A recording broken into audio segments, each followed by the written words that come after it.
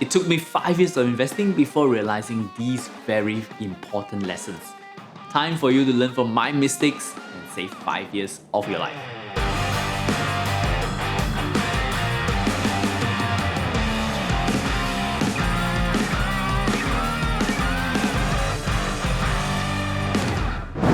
Hi guys, Stanley here. I got into investing during the last stock market boom in 2006. I have to admit I have no idea what I was doing at that time and make tons of mistakes. After 5 years of struggling in the stock market and experiencing one of the worst financial crises in the past decade, I was finally able to form a good investment strategy. So in this video, I want to share with you 5 key things that I wish I knew before I started investing. But before that, if you're new to the channel and you want to see more videos on how to invest in the stock market, then do remember to hit subscribe. So, when I first started investing, I was very focused on finding cheap stocks. A simple way to value a stock is using valuation ratio like price to earnings or price to books ratio. If you want to learn more about what this ratio means, you can check out our other videos explaining them in more detail. But basically, the lower these ratios are, the cheaper the stock might be. Thus, in the beginning, I was only investing in companies with very low ratios, because I thought that the cheaper I buy them, the higher chances I have of making money off them. However, that was wrong. This is because a stock can appear to be cheap for many reasons, and one of the most common reasons for that is that these companies might just be low quality businesses and deserve to be cheap. A better way to invest is to focus on the quality of the business rather than the valuation. I like to compare investing to shopping now. We can either buy a high quality product that is slightly more expensive, or we can just buy a knockoff product that looks okay on the outside but might break down within a few days. So in the long run, it will be better and more worthwhile for us to buy high quality products that can hold their value and last for a long time. Once I make that change in my strategy and started buying more high quality businesses like Apple or Tencent Holding or Guizhou Maotai, I see a significant improvement in my portfolio. Next, I realized that the concept of needing to lock in my profit from my investment is sort of a myth.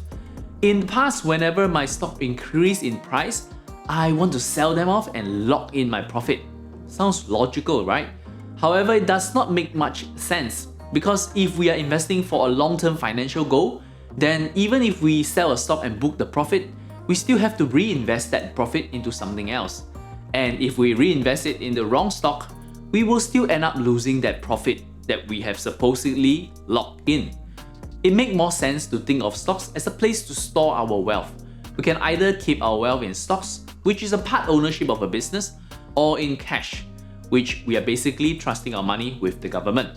So if I have invested in a great business that has consistently been growing and still expected to do well in the future, then why is there a need for us to sell and lock in our profit from such a company? Nowadays, I only sell my investment under 3 scenarios. A, I need the money. Or B, I found an even more attractive company. Or C, I have made a mistake investing in that company. If I were to sell to just lock in my profit, I will be stuck with holding on to cash, which is an asset that I know will slowly depreciate year after year. Or I have to reinvest that into other companies that I'm less optimistic about, which doesn't make much sense at all. So I realized we should really see our investment as a store of wealth over the long term. Another thing that I did 10 years ago is to try and copy the trades of others. I would buy a company that other people are buying or recommending without first understanding the company myself. Yet what I found is copying other people's trade is useless if we do not have the same level of understanding and confidence in the company. This is because business is ever changing.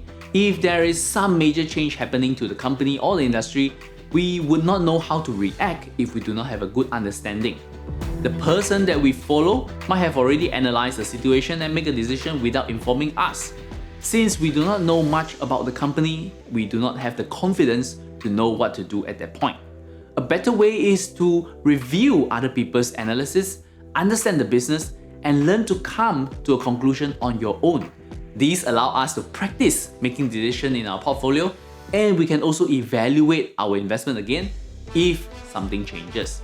The fourth thing I realized is that in investing, putting in more action does not necessarily mean better results. In our life, I think we have come to assume that everything that we do, the more action we put into something, we will get better. If we want to get better in playing a game, we play more. If we want to get better grades, we study harder.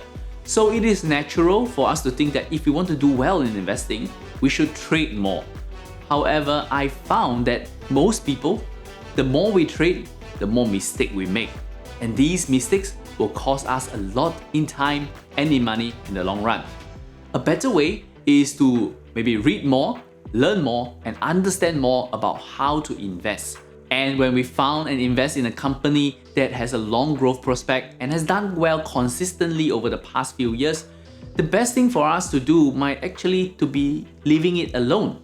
Some of my best return I have gotten from my investment, where the return could be more than 500 or even 1000%, come from companies I have invested and never sold.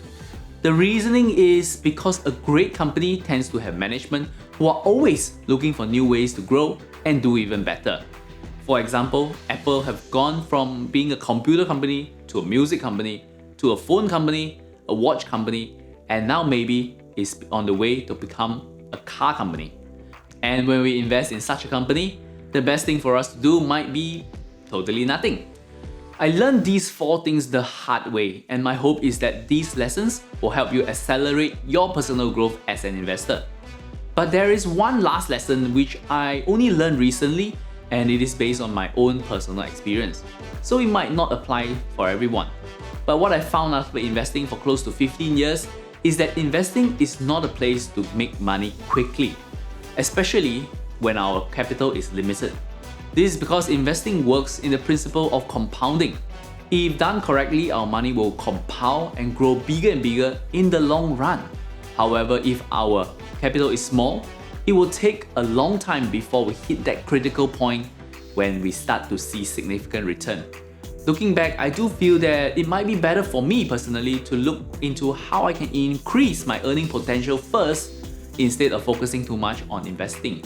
In the beginning, if I have put more effort into growing my earnings, such as maybe participating in the gig economy or upgrading myself to increase my salary, I might be able to grow my initial capital much faster compared to investing. Anyway, if you're now seriously considering to start your investing journey, I'd like to invite you to take a look at our community, our Premium Club. Our Value Invest Asia Premium Club is a publishing service where we share with you our analysis report every single week. Our members get to enjoy more educational content on how to invest in the stock market and also specific stock analysis where we highlight interesting companies for you to consider in your portfolio. We will also hold regular live webinars for members, such as our yearly grand webinar, which stretches over 2 days with more than 8 hours of content. Lastly, our community forum is very active and is a great way to learn more about companies other members are investing in and also make new friends along the way. So if you're interested to find out more about our Premium Club, I would like to extend an invitation for you to try it out. Just head over to this website to find out more. I hope to see you inside. As always, my name is Stanley. Till we meet again, invest safely.